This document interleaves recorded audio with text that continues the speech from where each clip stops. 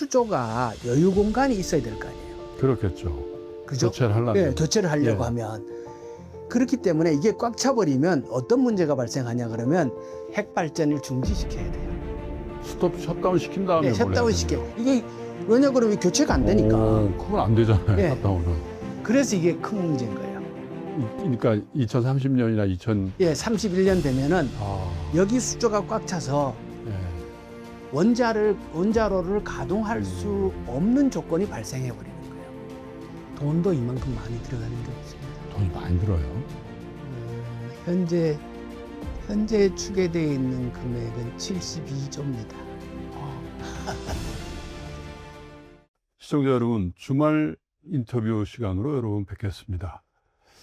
AI 시대에 어쩌면 훨씬 더 많은 에너지가 필요하다고들 하죠. 그래서 실제로 미국에서는 많은 데이터 센터를 건립해야 되는데 이 전기가 부족해서 스톱되는 일도 왕왕 있고 해서 사실 주식시장에도 어쩌보면 굉장히 큰 충격을 주기도 하고 했는데요.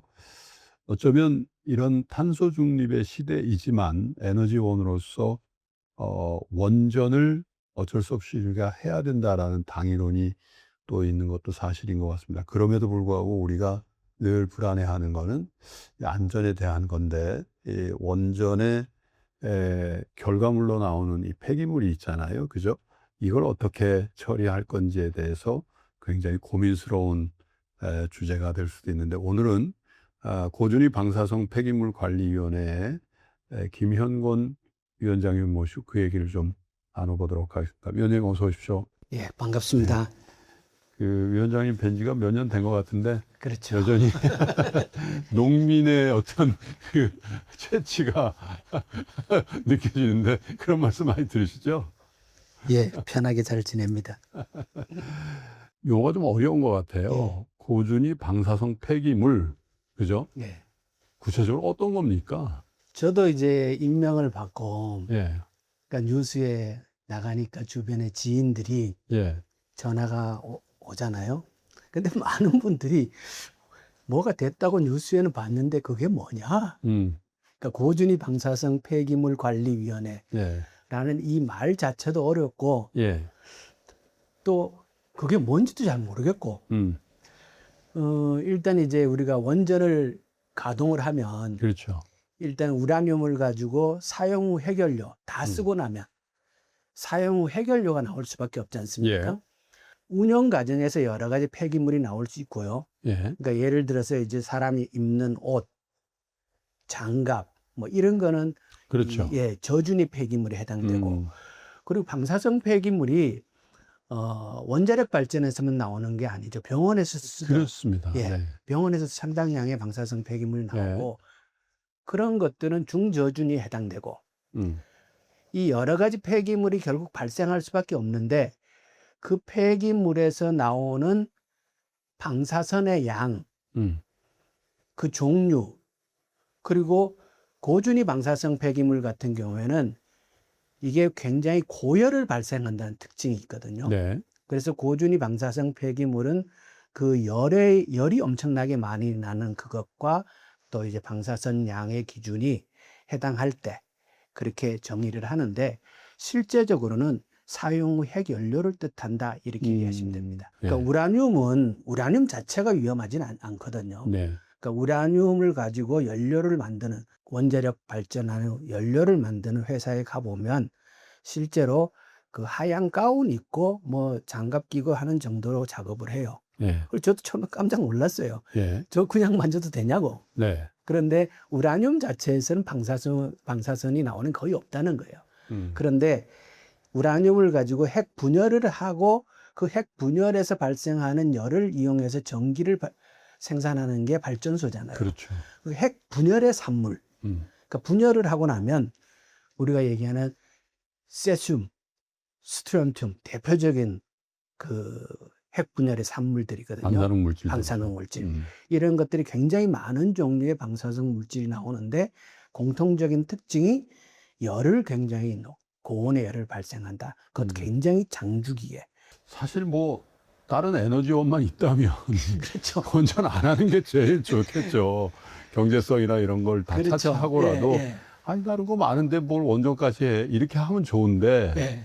지금 안 그래도 우리 전력이 부족한 데다 계속 더 필요할 거 아닙니까? 우리도 AI 이제 3대 강국을 해야 그렇죠. 되고 데이터 센터 지어야 되는데 그죠?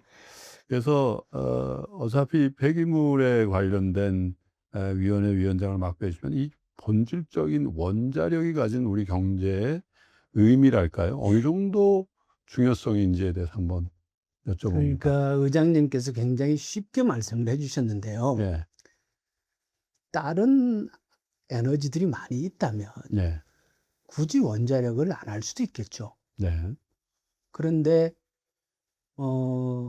대한민국은 전 세계에서도 드물 정도의 에너지 빈국입니다. 그렇죠. 예. 지금 IAEA에서 공식적으로 대한민국의 에너지 자립률을 얼마로 분류를 하냐면요. 예, 19% 정도라고 해요. 그럼 그 19%가 그 중에 원자력이 차지하는 비중이 약 70%예요. 우리가. 19% 중에 70%. 70%. 예, 우리도 굉장히 에너지 빈국이고 예, 일본도 빈국이고 대만도 되게 빈국이거든요. 그렇죠. 이게 지금 현재 전 세계에서 쓰는 에너지는 아무리 에너지 전환을 많이 해서 재생에너지의 양이 늘어났다고 해도 아직까지 전 세계에서 에너지의 약 80% 이상이 화석연료거든요. 네, 그런데 화석연료의 특징이 지역적으로 편중이 심하잖아요. 중동의 원유 뭐 이런 식으로.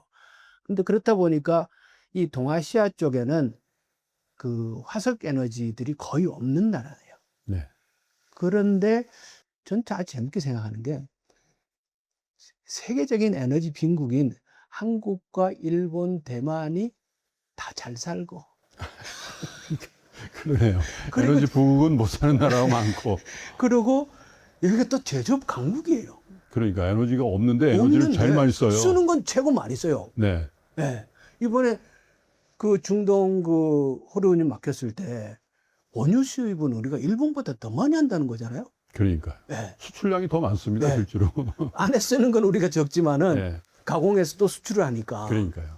그러니까 이런 상태로 우리가 에너지는 없는 상태에서 제조업을 일으켰고 경제 대국으로 성장해 가고 있는데, 그런데 현재 상태에서는 가지고 있는 에너지의 우리 자체 쓰고 있는 에너지의 70%가 원자력이라고 한다면 예, 현 시점에서 물론 우리도 세계적인 기조에 맞춰서 재생에너지를 빠른 속도로 확보해야 하는 건 사실이지만 네, 그건 싸울 문제는 아니라고 봐요. 음, 재생에너지도 굉장히 많은 양을 확보해야 하는 것은 사실이지만 지금 현재의 우리의 에너지의 70%나 감당하는 이 원자력을 결코 가볍게 보고 그렇죠. 현실을 대체할 방법은 사실상 없다.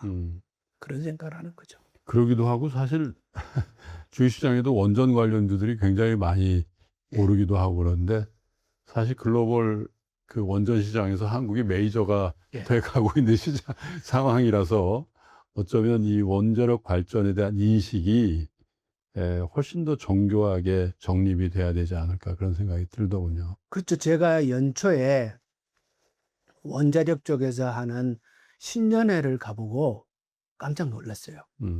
정말 많이 왔더라고요. 네, 진짜 그 많은 기업들, 연구자들, 관계자들이 모여서 활발하게 움직이는 걸 보면서 아, 이게 우리 경제에서 차지하는 비중이 내가 생각했던 것 이상이구나 라는 생각을 하면서 곰곰이 다시 이제 책도 뒤져보고 지난 과정도 이렇게 되짚어 보면서 우리나라 원자력이 1978년도에 고리원전이 시작됐잖아요. 그렇죠.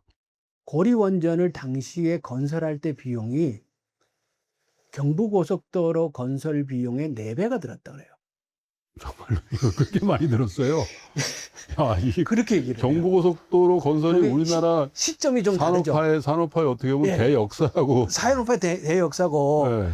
그러니까 우리가 월남전에 참전을 하고 그렇죠. 그 핏값으로 예. 경부고속도로를 건설해서 산업화에 시작을 했다. 음. 이런 생각은 그건 우리 알고 있잖아요. 그렇죠. 요게 이제 경부고속도로 건설한 시점하고 고리 원전은 시간은 좀 뒤에예요. 그러네요. 예. 그러니까 이제 돈에 이게 좀 다르죠. 근데 예. 절대액으로 보면 예. 고리 원전 짓는데 어마어마한 당시에 돈을 집어넣은 거예요. 물론 화폐 가치가 뭐 한 10여 예, 년만큼 그렇죠. 좀 떨어졌겠지만 화폐 가치가 떨어졌겠지만 그렇지만 엄청난 돈을 집어넣고 그럼에도 불구하고 그런데 78년도에 고리 원전을 가동을 해서 안정적으로 싸게 전력을 확보하면서 네. 그러니까 우리가 중화학 공업을 할 수 있었던 그 어쩌면 포항 그 제철. 위원장님 댁에도 그래서 전기가 들어갔을 수도 있죠. 그렇죠. 그렇죠. 그 고리 원전이 없었다면 우리가 철강 산업, 자동차 산업 그리고 철강이 되니까 조선을 했어요. 그렇죠. 그러니까 우리 조선업 이 중후장대 산업은 사실상 어찌 보면 우리가 그 당시에 굉장히 빠르게 원자력을 한 거거든요. 그러니까 78년도니까 일본도 60년대 후반에 했어요. 산업화의 이 연조로 보면 우리가 굉장히 빨리 한 거네요. 예, 굉장히 빨리 원자력을 한 거고 전 세계에서 원자력을 상업용으로 발전한 나라들 중에 우리가 굉장히 빨리 시작한 편이에요. 그래서 이 원전이 현재의 우리 경제를 위해서 필요하다는 거에 대해서는 어느 정도 공감대가 있는 것 같습니다. 또 뭐 이게 안전의 문제 이런 걸 차치하고라도. 예. 근데 이제 안전이라는 말씀을 드렸습니다만 이제 문제가 되는 이 예. 사용 후 핵 연료죠. 예. 이 고준위 방사성 폐기물 이게 실제로 얼마나 나는 겁니까? 이 원전에서 나오는. 현재 이제 발생되어 있는 누적량 그러니까 우리가 그 중수로도 있고 경수로도 있지 않습니까? 예. 경주 월성에는 중수로가 있고 중수로가 4기가 있었는데 지금은 1기는 이제 폐쇄 결정 나가지고 가동을 안 하고 있고 근데 이때까지 발생된 그 사용 후 핵연료의 양만 놓고 보면 요 4기가 있는 중수로에서 나온 양하고 나머지 경수로에서 나온 양하고가 거의 비슷합니다. 아, 중수로가 그렇게 중수로가 많이 나오군요. 정말 많이 나옵니다. 예. 이거는 수시로 이제 연료를 계속 갈아넣고 이러다 보니까 양은 중수로에서 훨씬 더 많이 나온 거고요. 그런데 이 총량이 얼마나 나와 있냐 이렇게 얘기할 때 보통 2만 톤 이렇게 얘기를 하거든요. 네. 이건 우라늄 단위로 2만 톤입니다. 그러니까 사용 후 핵연료는 연료봉에서 일정 정도 쓰고 이거를 꺼내는데 그 연료봉 안에 들어있잖아요. 철 네. 구조물 안에 그렇죠. 들어있잖아요. 네. 그러면 우리가 결국 폐기 처분할 때는 이 철 구조물째로 폐기 처분하거든요. 그래야 되겠죠. 그렇죠. 예. 이걸 손을 대면은 이 안에서 가스라든지 굉장한 위험한 물질들이 다 밖으로 누출되기 때문에 이걸 손대지 않고 그대로 심층 처분하는 방식이 현재에서는 그래도 학계에서 가장 인정된 그 방법인데 그렇게 처리를 한다고 치면 일반적으로는 그냥 우라늄 기준으로 2만 톤 정도가 현재 저장되어 있다라고 하는데 우라늄 무게만큼 철 구조물의 무게가 있군요. 철 구조물의 무게가 있기 때문에 그 방사성 폐기물이 현재는 전국에 있는 그 발전소의 수조 우리 텔레비 화면 보면 그러니까 물 나오잖아요. 예, 그 수영장 같은 거 보이잖아요. 그 안에 들어 있어요. 아, 그렇군요. 예. 예. 근데요, 예. 중저준위 폐기물은 경주에 처분 부지가 있어서 유지가 되고 있는데 지금 위원장님 말씀대로라면 그 안에 어떻게 영구히 있을 수가 없을 거 아닙니까? 계속 그 어쨌든 그렇죠. 폐기물은 늘어날 거고. 그러니까 현재 문제는 예. 중저준위 우리가 이제 고준위 폐기장이 없는 거고 우리는 예. 중저준위 폐기장은 경주 월성에 확보를 해서 예. 시설 끝나고 운영한 지 한 10년 정도 됐어요. 예. 그래서 지금 전국의 발전소에서 발생한 중저준위 그러면 이제 폐기물, 장갑이라든지 뭐 이런 거 장갑이라든지 예. 그리고 아까 말씀드린 대로 산업용에서 나오는 네. 병원이나 이런 데서 나온 까지는 다 분류를 해서 차곡차곡 경주 중저준위 폐기장으로 들어가고 있는 중이고, 네. 그래서 이것은 이제 프로그램대로 안전하게 진행을 시키면 되는데, 문제는 고준위 방사성 폐기물이라고 부르는 예. 사용 후 해결료는 그 발전소의 수조 속에 넣어놓고 있는데 이 꽉 찬단 말이에요. 그러겠죠. 언제쯤 꽉 차게 됩니까? 이게 꽉 차는 게 한빛 저기 그 영광 원전 예. 거기는 30년, 2030년이요? 몇 년 안 남았습니다. 그럼 뭐 한 3년이요? 예, 예. 2030년에 꽉 차고 큰일이네요. 저기 울진에 있는 한울 예. 거기는 31년, 고리는 32년에 포화 상태로 됩니다. 다 5년 안에는 그러면 5년 다 안에 됩니다. 뭔가 대책을 세워야 된다는 그렇기 얘기예요. 때문에 예. 여기 거를 빨리 꺼내서, 그러니까 이제 발전소 안에 이 수영장 같은 이 물탱크가 사용 후 해결료만 넣어놓는 곳이 아니라 네. 이렇게 생각하시면 돼요. 나이 드신 분들의 옛날에 연탄을 갈아본 기억이 있을 거 아니에요. 그렇죠. 연탄을 가를 때 안에 일부는 불이 붙어 있고 일부는 다 탄 연탄들이 있잖아요. 그렇죠. 이거를 다 태운 다음에 갈아 넣으려고 그러면 새로 불 붙여야 되니까 예.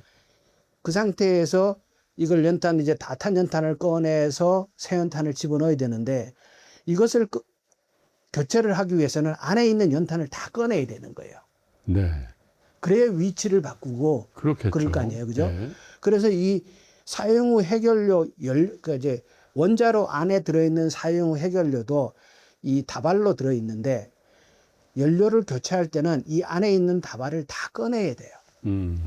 다 꺼내서 그것을 수조 속에 집어넣는 거예요. 네. 그러니까 이 공기에 노출시키지도 않아요. 음. 이 여기서 그대로 물로 연결해서 이렇게 아, 직접 글로 들어가게 돼 있군요. 직접 설계가 그렇게 돼 있어요. 예, 예. 위에서 이제 크레인으로 딱 해서 집어서 물로 바로 연결해서 들어가도록 돼 하여튼 있거든요. 공기에 노출을 안 노출을 시켜요. 아예 안 예. 시키고 음. 그렇게 해서 이 수조 속에 일단 다 꺼내고 새 연료봉 집어넣고 여기에 다시 쓸 연료봉 또 꺼내서 위치 잡아서 이 가는 게 교체 작업이거든요. 네. 그렇게 하다가 보면 수조가 여유 공간이 있어야 될 거 아니에요. 그렇겠죠. 그죠? 교체를 하려면. 예, 교체를 하려고 예. 하면. 그렇기 때문에 이게 꽉 차버리면 어떤 문제가 발생하냐 그러면 핵발전을 중지시켜야 돼요. 스톱 샷다운 시킨 다음에 예, 뭘 해야 샷다운 시켜. 되나요? 이게 왜냐 그러면 교체가 안 되니까. 그건 안 되잖아요. 예. 샷다운은. 그래서 이게 큰 문제인 거예요. 그러니까 2030년이나 2000 예, 31년 되면은 여기 수조가 꽉 차서 예. 원자로를 가동할 수 없는 조건이 발생해 버리는 거예요. 그러면 경주 월성에 있는 저준위 폐기물 예, 그 직접 가는 데처럼 예. 고준위 폐기물도 뭔가 그런 그렇죠. 시설이 필요하겠군요. 폐기장을 만들어야 되는 거예요. 연구처분장을 예. 확보를 해야죠. 음. 그래서 저희 위원회의 임무가 예. 크게는 두 가지입니다. 예. 하나는 고준위 방사성 폐기물, 그러니까 사용 후 해결료를 영구 지하 심층 처분할 수 있는 그 부지를 확보하는 것. 예. 그 부지를 확보한 다음에 순서에 따라 그것을 건설하는 과정을 진행하는 것. 그것이 하나의 임무고요. 또 하나는 우리가 이게 사실은 늦었죠. 이미 여기 꽉 차려고 하는데 아직 이거 부지 확보도 못 했잖아요. 그러면 당장 이 부지 확보를 해서 연구처분장을 건설할 때까지 이걸 원자로 그 발전소를 세울 수는 없지 않습니까? 그러니까 여기 수조에 있는 사용 후 해결료의 일부라도 꺼내서 지상에 임시 저장을 시키고 여유 공간을 확보하는 작업이 필요한 거예요.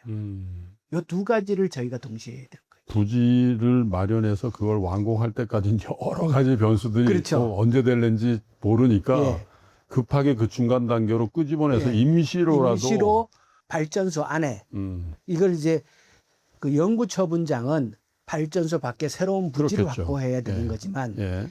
우선 급하니까 발전소 안에 현재 꽉 차 있는 그 수조의 그 사용 해결료를 꺼내서 임시 저장 시설을 확보하는 것. 그것도 임시군요. 요거 임시죠. 그야말로. 예. 여기서 주변에 이제 현재 발전소 주변 분들은 그 임시 저장소가 영구 저장 시설이 되는 거 아니야? 이 걱정을 하시거든요. 네. 왜냐 그러면 영구 처분장을 확보를 못하면 우선 놔뒀다가 계속 놔두는 수가 생길 수가 아니, 있잖아요. 그건 충분히 이해가 되는데요. 그래서 현재 저희 특별법에 영구 처분장을 언제까지 확보해서 하는 그 연도도 다 규정돼 있고, 그리고 이것이 확보되면 임시 저장 시설에 있는 그 사용 후 해결료 저장해놨던 것도 즉시 지체 없이 이송하도록 법에 명시가 그렇게 돼 있어요. 근데 뭐 그 발전소 인근의 주민들은 그런 법을 신뢰하냐 이런 문제가 있는데 그런데 이게 뭐 우리만의 문제는 아닐 거 아니에요, 위원장님? 그렇죠. 다른 나라 원전을 운영하고 있는 나라들이 공히 그날은 뭐 깨끗해서 폐기물이 안 나오는 건 아닐 테니까 뭐 이거는 원자력 발전을 하는 순간 다 있죠. 그 발생되는 건 예정되어 있는 거죠. 어떻게 하고 있는지 얘가 어떻게 됩니까? 대부분의 그래도 경제 규모가 크고 선진국이라고 불리는 나라들이 하고 있고, 그렇죠. 사실 돈이 많이 들어가니까 이게 건설하려고 하면 워낙 돈이 많이 들어가잖아요.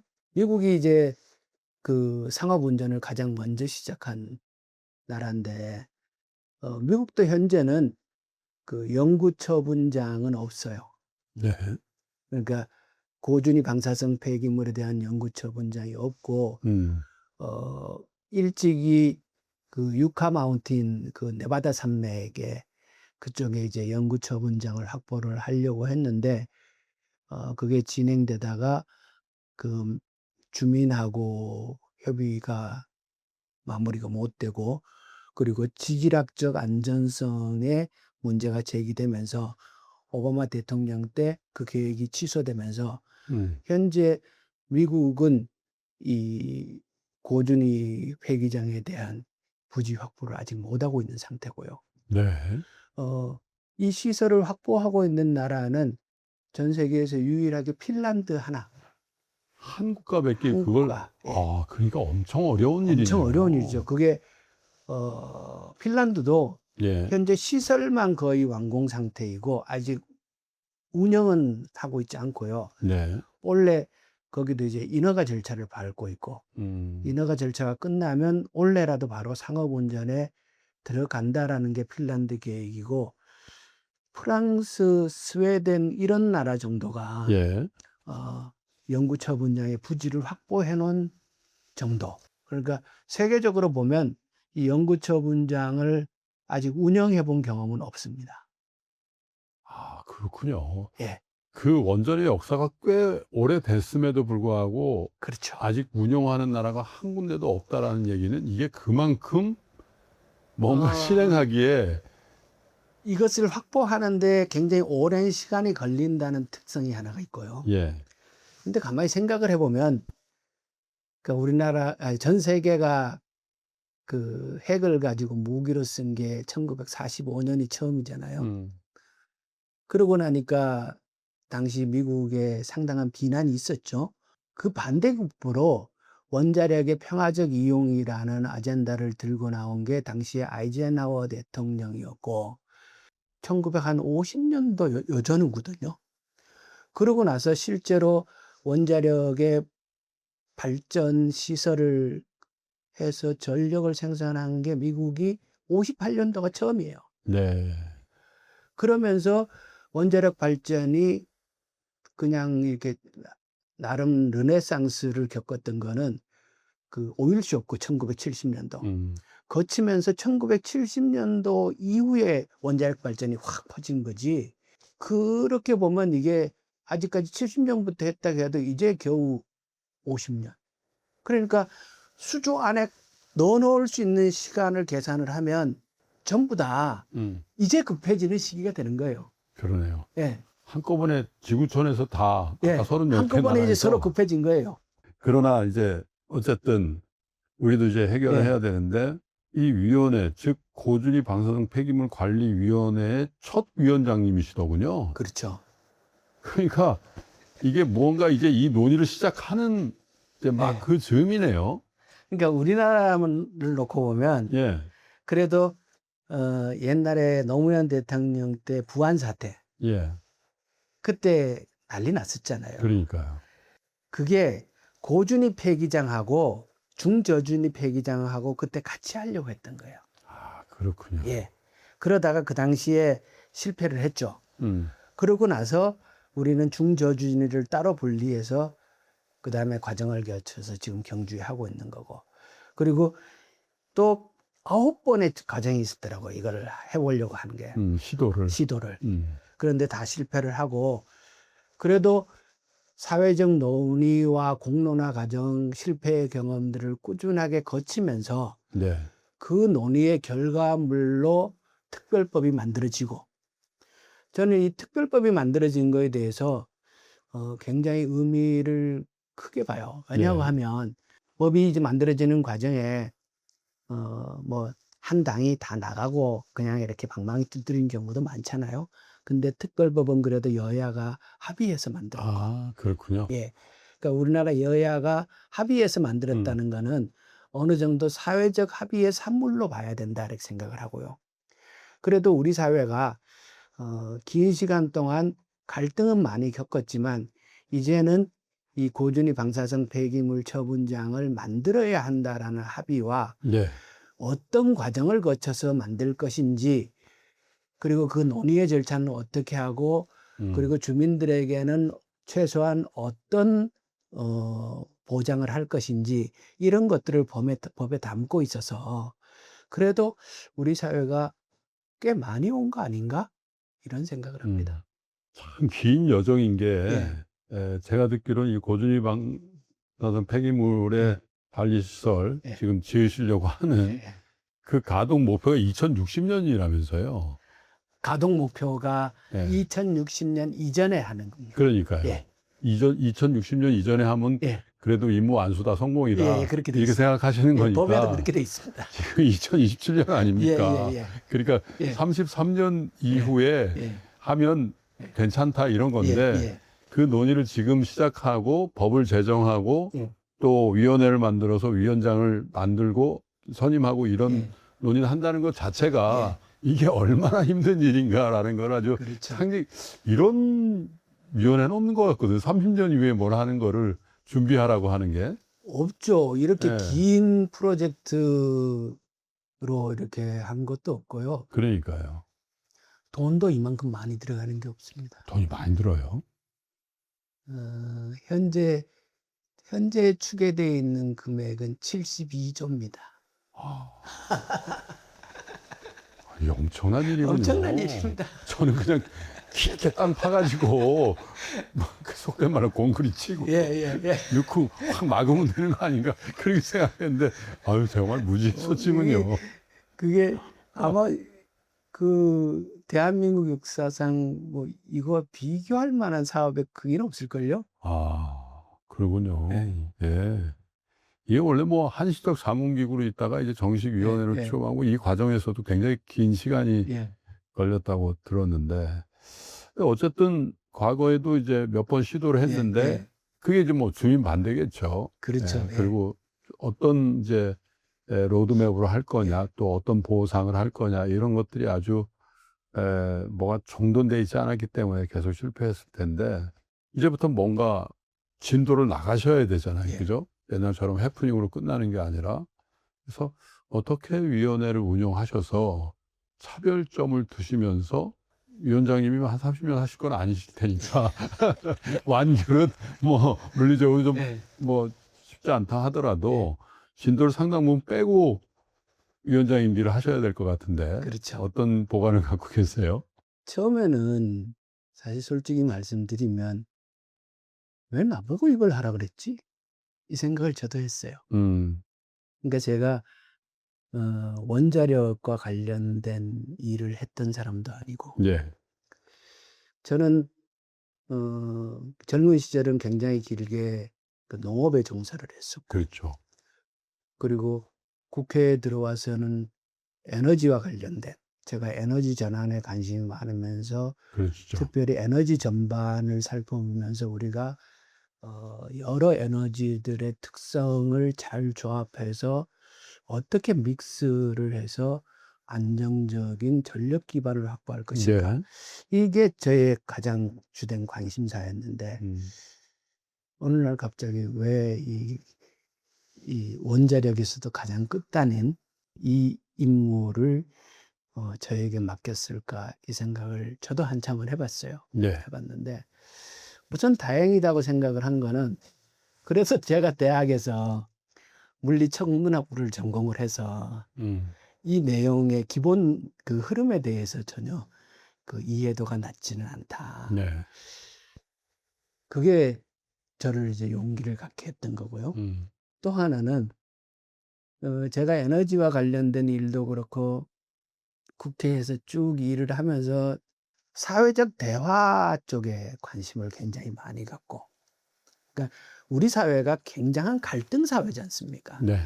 그 갈등을 조정하고 합의한다는 게 굉장히 힘드는데 그것을 하지 않으면 우리 사회가 한 발 더 앞으로 나아가기 어려운 상황에 직면해 있음에도 불구하고 그것을 풀어나가는 방법을 우리가 잘 못 찾아 나간단 말이에요. 네. 저는 그런 부분에 관심을 갖고 여러 경험들을 사실은 갖고 있거든요.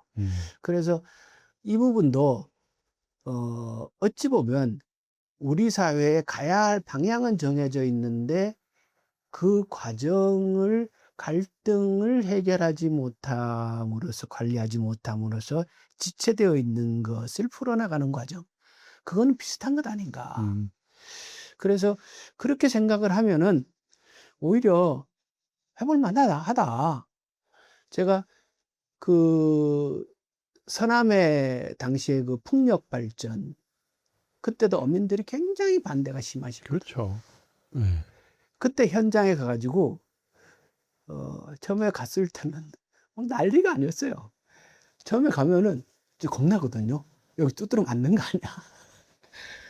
그런데 몇 시간을 진짜 아침에 도착해서 해가 질 때까지 그분들하고 같이 얘기를 듣고 대화를 하고 하다가 보면 어느 순간이 되면은 해법을 우리가 제시하는 것이 아니라 그분들도 아세요. 이게 계속 이럴 수만은 없다는 사실을. 그런데 그분들도 나름의 이유가 있어서 그러는 거고, 그럼요. 그리고 본인의 주장을 뭔가 변화시키려고 하면 변화를 할 수 있는 명분을 또 찾아야 되잖아요. 그럼요. 근데 그 명분을 대체로 어디에서 찾냐 그러면 대화를 하러 간 사람들의 태도와 성의에서 찾아요. 다 사람이 하는 거죠. 예. 네. 끝엔 뭐라 그랬냐면 당신네들이 이러고 있는데 우리가 모른 척 할 수는 없지. 계속 이럴 수는 없지. 하고 본인들 스스로가 그렇게 얘기를 하세요. 그러면서 대화가 조금씩 진행되는 거는 그 사례뿐만 아니라 다른 데도 다 비슷한 것 같은 느낌이 있었어요. 네.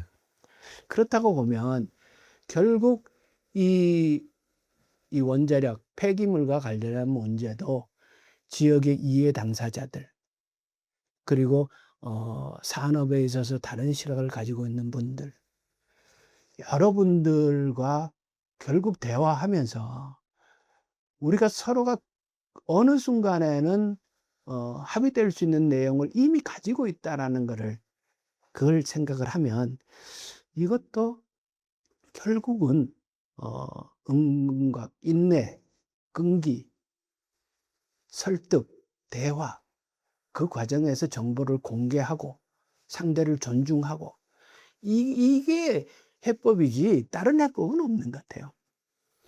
어쨌든 뭐 그 현실적인 문제가 가장 중요하지 않겠습니까? 그래서 이제 통상 뭐 님비 현상이다라는 얘기를 많이 하잖아요. 내 집 앞엔 절대 안 된다라는. 이게 뭐 꼭 방사능 폐기물 문제뿐만 아니라 우리 사회 전반에 예. 사실 이런 현상들 때문에 꼭 필요한 건 인정을 하고 예. 그런데 나는 안 된다. 근데 그걸 또 비난하기도 어려운 그런 상황에 봉착하는 일들이 많은데 그래서 어쨌든 이분들이 어떻게 보면 밀려서가 아니라 옛날처럼 공권력으로 밀어붙여서 될 사항이 아니지 않습니까? 그래서 자발적 어떤 참여를 할 수 있는 인센티브를 그분들에게 줘야 될 텐데 구상이 있으실 것 같습니다. 일단 대화를 할 때 존중하는 자세가 굉장히 중요하다고 생각을 음. 하고요. 어, 굉장히 기분 상하는 건 뭐냐 그러면 니네가 돈으로 우리를 해결하려고 해? 이런 느낌을 받을 때는 음. 그분들이 굉장히 자존심 상해하세요. 그렇군요. 예. 그러니까 그분 대화를 들어갈 때는 정말 존중하는 그런 태도와 자세 이것이 반드시 필요하고요. 그러면서 서로 길게 얘기하는 것이 반드시 따라야 되고 우리는 중저준위를 하면서 한번 협의를 한 경험이 있어요. 음. 경주 할 때. 그때도 이제 특별지원금 그다음에 후속 지원책 이런 것들을 가지고 다 합의를 했었거든요. 그리고 그 과정에서 공모를 받고 조사를 하고 그 내용을 가지고 주민 투표를 했던 절차가 있고 그런 과정들이 있기 때문에 네. 저는 우리 사회가 아직 그런 경험이 굉장히 많은 것은 아니지만 그래도 경험이 전혀 없는 국가는 아니다. 중저준위를 할 때는 특별지원금을 3천억을 했었거든요. 네. 근데 현재 이 고준위 폐기물에는 법에 특별지원금을 3천억 이상 이렇게 되어 있어요. 그래야 되겠죠. 예. 그건 음. 이제 그 규모는 중저준위하고는 상당히 좀 차이가 날 거라고 봐요. 그럴 음. 수밖에 없는 거고. 그리고 뭐 예. 카페같이 예. 저 위험도도 예. 상당히 다른 거고. 그런 과정들이 있기 때문에 그리고 현재 특별법에 또 이제 문을 열어 놓은 게 뭐냐면은 중저준위를 할 때 현재는 이제 그 발전소 주변 지역 발전법에 의해서 지원금이 나가도록 되어 있고 그리고 그 지원금이 나가면은 사실장 지방자치단체장과 의회에서 그 사용을 결정해요. 음. 그러다 보니까 경주에 가보면은 이런 현수막이 있거든요. 3천억 어디 갔노? 분명히 받긴 예, 받았는데 받긴 내 주머니에 받았는데. 안 들어왔다는 예, 예, 얘기잖아요. 그렇죠. 그게 이제 주민들 입장에서는 예. 충분히 할 수 있는 얘기라고 그렇겠네요. 봐요. 현금 보상을 포함해서. 그러니까 그거는 이제 좀 더 구체적으로 해야 되겠지만 네. 퉁으로 지자체에 이양하는 형태가 아니라 그거는 예, 설득이 안 될 것 예, 같아요. 네. 주민들이 직접 혜택을 볼 수 있는 방법에 네. 대한 그걸 열어놨고요.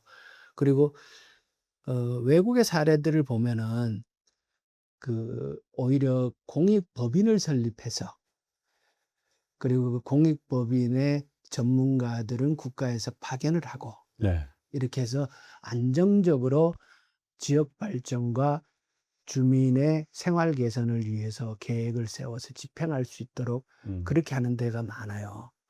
그래서 우리도 그런 그 연구와 공부도 좀 하고 음. 우리는 지금 법에 특별회계를 구성하도록 해놨어요. 예. 그걸 이제 별도로 할 수 있는 길은 일단 열어놓은 거죠. 그래서 이런 부분에 대한 우리가 이제 진행하면서 학계와도 교류를 해서 좋은 방안들을 찾고 주민들의 의사도 수렴을 하고 그렇게 하면은 좀 더 도움이 되는 길을 찾을 수 있지 않을까 이렇게 생각을 합니다. 그렇군요. 뭐 경제적 보상도 음. 보상입니다만 아까 위원장님께서 말씀하셨듯이 대화가 중요하다라고 이제 말씀하셨는데 그 전제가 이제 이 굉장히 긴 여정이잖아요. 예. 그래서 부지 선정 제일 중요한데 지역 주민들이 단계마다 이건 아니다. 예. 처음에는 내가 할 수 있을 거라고 봤는데 지나고 보니까 이건 아닌 것 같다. 이렇게 표현할 수 있는 거부권이라든가 뭐 결정권 이런 것들도 아마 부여해야 되지 않을까 생각이 들고요. 그렇죠. 법에도 그런 장치에 관한 얘기가 있고요. 적극적으로 그것은 보장해야 되지 않을까 싶습니다. 음. 왜냐고 하면, 전 세계적인 경험도 일천하고, 음. 우리도 처음 가보는 길을 가는 것이기 때문에, 그러니까요. 이 일을 추진하는 입장이나, 어, 그 지역의 주민들 입장이나, 모르는 길을 가는 거고 판단해야 되지 않습니까? 네. 그러다 보면 처음에는 이렇게 생각을 했는데 그다음에 뭐 지층 조사를 하고 뭐 또 진행을 하다 보니까 이게 아닌데 싶은 생각을 할 수 있단 말이에요. 그렇죠. 그러면 주민들이 언제든지 그 스톱시킬 수 있는 음. 그런 권한을 줘야 된다고 생각을 하고요. 참 어려운 일이네. 네, 강제를 할 수 있는 방법은 없어요. 근데 이게 정말 위험한가? 네. 사실 뭐 지금 달나라가고 화성 가는 시대니까 아무리 그게 위험한 물질이다 하더라도 인간의 기술력으로 안전하게 폐기장을 만들고 운영할 수 있을 것 같다라는 생각은, 물론 이제 무집 앞에 한다 그러면 저도 뭐 생각이 달라질 수 있겠습니다만, 이성적으로 생각하면 분명히 안전하게 할 수 있을 것 같긴 하단 말이에요. 그죠? 근데 그렇죠. 실제로 이 안전성에 대해서는 주민들 설득 과정에서 이게 안전합니다. 그리고 안전을 정부가 이렇게 담보하겠습니다라고 뭔가 안심을 시켜드려야 될 거 아니겠습니까? 실제로 어떤 계획이 있으세요? 과학자들은 또한 현장에서 일하는 기술자분들은 네. 안전을 자신을 하죠. 음. 충분히 관리할 수 있다, 가능하다 그렇게 얘기를 하시지 네. 않습니까? 그렇지만 원자력에 종사하는 분들은 뭐 원자력 사고로 사망할 확률이 비행기 타고 사망 이런 거 비교하고 막 그러시잖아요. 근데 그분들이 저는 거짓말을 하는 거라고는 생각하지는 않아요. 그렇지만 과학적으로 얼마든지 안전할 수 있고 그것이 이론적으로 맞다 하더라도 체르노빌 사건도 있었고 후쿠시마 사고도 있었고 사고가 있는 거는 네. 과학적으로 안전하지가 않아서가 아니라 음. 인간의 탐욕과 그 실수 때문에 발생한단 말이에요. 그렇죠. 그렇기 때문에 어 후쿠시마라는 그 사고를 다룬 책에 보면 이런 구절이 나오거든요. 이 업계에서는 스스로 안전을 주장하거나 그것을 설파해서 안 된다. 이 업계에 종사하는 사람들은 끊임없이 현재 우리가 안전하다고 믿는 구석에 어떤 부족함이 있으며 예. 그 과정에 우리가 생각하지 못한 사유로 인해서 사고가 발생할 수 있는 그 가능성을 끊임없이 추적하고 보강하고 하는 일이 우리가 해야 할 일이지. 어, 우리가 그 안전을 설파한다고 해서 사람들이 그걸 믿는 건 아니다. 이런 얘기를 하거든요. 저는 이 고준위 폐기물에 대한 입장도 그러해야 하지 않는가 생각을 해요. 과학적 기술의 기반으로는 충분히 안전하게 관리할 수 있을 수 있겠으나 그렇지만 세상 일은 꼭 그렇게만 나타나는 건 아니니까 그런 일이 안 나타나도록 할 수 있는 모든 할 수 있는 조치들을 끊임없이 점검하고 강화하는 일을 저희 위원회는 그리고 또 이 일을 하는 사람들은 그렇게 접근해야 되는 거 아닌가 근데 생각합니다. 이게 주민들 설득이 어려운 게 예. 말씀하신 것처럼 어떤 나라도 예. 이 시설을 완공하고 운영해 본 나라는 없으니까 가보지 않은 길을 가는 거 아니냐. 예. 그러니까 훨씬 더 위험한 거 아니냐. 이렇게 생각을 하실 수가 있을 것 같은데. 그런데요, 예. 아까 제가 그 풍력 그 협의를 할 때 한참 얘기를 하다가 보니까 주민들이 그 어민들이 이미 답을 가지고 계시더라 이런 말씀 드렸잖아요. 예. 지역적으로 이 고준위 방사성 폐기물 연구 처분장에 대한 관심을 가지는 지역과 주민들이 계세요. 그분들하고 얘기를 해보면 예. 그분들은 대체로 그 기존 발전소 주변에 계신 분들이거나 인근에서 그 지역을 바라본 사람들이죠. 그러니까 한국에서 원자력 발전이 시작된 게 78년도고 그럼 우리도 한 50년을 원자력과 함께 산 게 그렇죠. 되잖아요. 예. 그러면 이것에 대한 안전도 한국의 관리와 기술 능력 이 부분에 대해서 평가하는 주민들이 계세요. 음. 실증적인 체험으로. 체험으로. 많잖아요. 저 영광도 발전소가 그렇죠. 쭉 있고, 네. 울진도 있고, 고리도 있고, 그리고 이 주변 지역들도 있고, 수용성의 측면에 있어서는 저는 지역의 분위기는 꽤 많이 바뀐 거 아닌가? 음. 라는 측면을 느끼면서, 그게 현장에 가보면 또 안타까운 게 뭐냐 그러면, 지역 소멸이 워낙 빠르다가 보니까 이런 현상이 또 나타나는 거예요. 그렇군요. 예. 되는 거 하나도 없고, 음. 노인들밖에 없고, 지역은 이대로 가다가 망할 것 같고, 요즘은 지역이 어떤 발전 전략을 세운다는 것 자체가 쉽지 않잖아요. 그러니까요. 그러니까, 보니까 저 원자력 들어와가지고 괜찮은 것 같은데, 중저준위 방사성, 경주 그거 유치할 때 함께 했던 지역들이 있거든요. 네.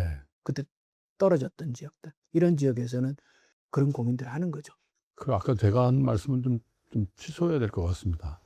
위원장님께서 해결하실 수도 있을 것 같네요. 그 말씀을 들으니까 임기 내에 어느 정도까지 부지 선정이라도. 저희가 내년에 이제 부지 선정 공모에 들어갑니다. 예. 그러니까 올해에 부적합 지역을 배제하는 작업을 해요. 그러니까 전국 지도를 놓고, 아, 여기는 안 된다. 예, 공모를 해서 지원을 해도 안 된다. 예, 이건 공모 대상 자체가 아니다. 아하. 그거는 이런 거죠. 단층 지역이 있거나 아하. 화산 활동이 활발하거나 예. 안반 중에서도 석회암 지역이거나 우리 석회동굴 들어가면 물 막 그러고 그거 다 녹은 거잖아요. 집안에서 안 되겠죠. 예, 그런 데는 안 된단 말이에요. 그러니까 이 안반이 굉장히 안정적인 안반이 그래야 되니까. 되겠죠. 예. 그래서 기존의 연구 성과와 문헌 등을 토대로 해서 그 부적합 지역 배제하는 작업을 올해 합니다. 그래서 원래 그것을 마무리하고 내년에 그 대상 부지 공모에 들어가거든요. 그런 공모에 들어가려 그러면 기본적으로 어떤 인센티브를 제공할 것인지에 관한 논의가 돼야 되고. 그렇죠. 근데 최종적으로 인센티브를 확정하고 하는 거는 부지가 선정되고 나서 총리위원회가 구성되거든요. 거기서 결정이 나요. 근데 부지 선정 전에 그러니까 기본적인 것도 어느 정도 제공이 있어야 되죠. 되겠죠. 예. 예. 그래서 그것까지는 저희가 논의를 해서 내년에 부지 선정 절차에 들어가고요. 그럼 부지 선정에 얼마나 이 다수의 지역에서 참여하느냐가 예. 저희 입장에서는 일단 굉장히 중요하죠. 그렇겠죠. 예. 표현이 좀 그렇습니다만은 예. 일단 흥행에 성공하셔야 돼요. 그렇습니다. 예. 자발적인 예, 예. 지원 그 지역이 많으면 그만큼 일이 좀 순조로울 수 있으니까요. 글쎄요. 그럼에도 불구하고 우리 사회가 지금 갖고 있는 여러 가지 문제점 중에 아주 합의하기가 힘들다. 예. 그죠? 그래서 어쩌면 이게 굉장히 그 중요한 시금석이 될 수도 있겠다. 이게 처음 가보는 길이고 또 다른 나라에서 굉장히 힘든 미국마저도 예, 중간에 예. 포기한 일이니까 우리가 지역 주민들과 또 정부 또 우리 사회 구성원 모두가 이렇게 안전하게 하고 또 부담을 진 지역 주민들에게 이렇게 보상하자라는 그 원만한 합의가 이루어진다면 다른 합의들도 타산지석을 삼아서 잘 되지 않을까. 그래서 아마 임명이 되신 것 같은데요. 그 옛날에 대학 친구들하고 아직도 함께하는 그 방이 있거든요. 예. 그래서 내가 이걸 맡았다 이러니까 그 중에 지금 미국에 있는 친구가 그러니까 이 방면에 지금도 종사를 하고 있고 네. 교수 생활을 하고 있고 잘 아는 거예요. 야, 그거 되게 힘든 일인데 미국도 이래 하다가 현재 이 상태인데 너 그거 하면은 노벨 평화상 받을 수 있어 이러더라고. 그 정도로 어려운 일이군요. 그래서 이게 세계적인 과제인 건 분명해요. 그런데 다행히 이제 유럽이나 이런 데서 우리보다 빨리 한 경험들이 있고 그것들을 저희가 지금 위원회 내에서도 끊임없이 들여다보고 내부적인 논의를 하는데 서두르지 않는 거.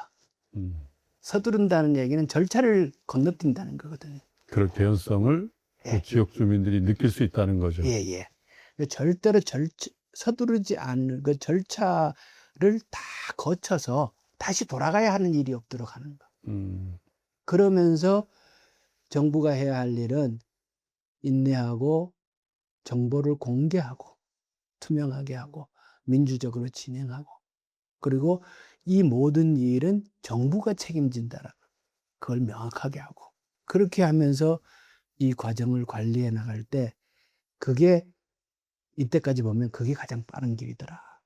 이렇게 보는 거죠. 돌아가더라도 예. 그렇죠. 모든 절차를 완벽하게 예. 투명하게 예. 그죠? 합의를 전제로 해서 음. 거부권도 드리고 결성권도 드리고 그렇죠. 예. 또 그에 상응하는 보상안도 예. 투명하게 지킬 수 있는 안을 내고 예. 어떻게 보면 그게 다 기본이잖아요. 그래서 생각해보면 그거밖에 없어요. 그거밖에 없죠. 예전에 우리가 워낙 빨리빨리 예. 뭐 속전속결 이런 의식이 워낙 강한 예. 나라라서 이제 우려를 합니다만은 그게 가장 기본적인 절차가 아닌가 싶은데 어쨌든 그 부지 유치를 이제 공모하는 예. 일을 앞두고 계시니까 이렇게 저희 삼프로TV에 또 오랜만에 나오셨으니까 걱정하는 분도 있고 은근히 저거 한번 우리는 안 되나 이렇게 생각하시는 지역 주민도 일부지만 계실 거란 말이죠. 그래서 이 일을 책임 맡고 계신 위원장으로서 국민들 또 지역 주민들에게 꼭 전하고 싶은 말씀 있으시면 한 말씀 주시면서 인터뷰를 이렇게 마무리할까 합니다. 전 거의 평생 지방에 살았거든요. 그러니까 지방이 정말 빠른 속도로 소멸해 가는 것을 진짜 눈으로 확인한 거죠. 저희 세대가 할 수만 있다면 지방에 어떻게 활력을 불어넣을 수 있는 일을 할 수 있을까? 네. 그리고 이걸 못하면 대한민국이 더 멀리 가는 거 어렵지 않을까?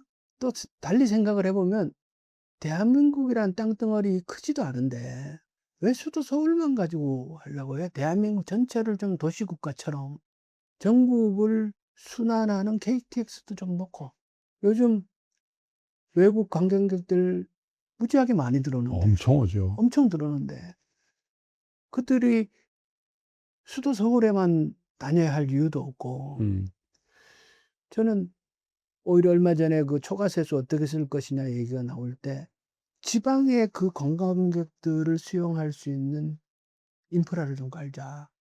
그러니까 이 서민 경제에 어쩌면 가장 빠르게 도움이 되는 거는 관광 경제예요. 부가가치가 가장 높죠. 예. 음. 관광이 활성화되면 당장 음식점, 그러니까. 숙박업, 택시 다 서민 경제인 거예요. 그러니까 우리가 지방을 살리려고 지방의 산업도시를 육성하려고 하지만 모든 지역을 산업도시화 할 수 없잖아요. 집적의 효과 때문에 예, 경제성이 안 돼요. 떨어져서 지금도 그런 논란이 많지 않습니까? 실제로. 근데 대한민국 전체를 관광지 하는 건 가능하거든요. 관광은 집적이 아니죠. 예. 분산이죠. 예, 다 흩어졌어요. 예, 어떻게 보면. 그래서 저는 초과세수를 어떻게 쓸까 할 때 그 생각을 많이 했거든요. 우리의 과제는 저는 어쩌면 이 대한민국의 지방의 가치를 어떻게 증대시킬 것인가. 네. 이게 큰 과제라고 보고요. 그렇게 보면은 현재의 우리나라가 진짜 세계적으로 뻗어나가는 국가가 됐는데 걸림돌 딱 걸려 있는 게 에너지잖아요. 근데 에너지는 수도권에 확보 안 되는 거거든요. 에너지는 지방에서 확보해야 되잖아요. 그렇죠. 태양광이든 풍력이든 태양광이든 원자력이든 풍력이든 뭐 원자력이든 다 그건 지방에 해야 되거든요. 이 에너지 문제를 가지고 지금 우리가 안고 있는 이 과제 중에 하나가 고준위 폐기물의 처분인데 이것을 단순히 처분이라는 측면에서만 보지 말고 원자력과 관련된 전체 클러스터를 해서 그 지역에 직접화시켜서 학계에서 연구하는 일들을 충분히 할 수 있도록 보장하고 그렇게 해서 이 단순히 연구처분장 하나를 유치하거나 그걸 어디 확보한다 이런 사고에 머무르지 말고 전체적으로 우리가 필요로 하는 에너지의 총량을 확보하는 그거 과정을 지방의 그 지역 일대의 발전과 연결시켜서 그림을 한번 그려보자. 전 그런 생각을 좀 해요.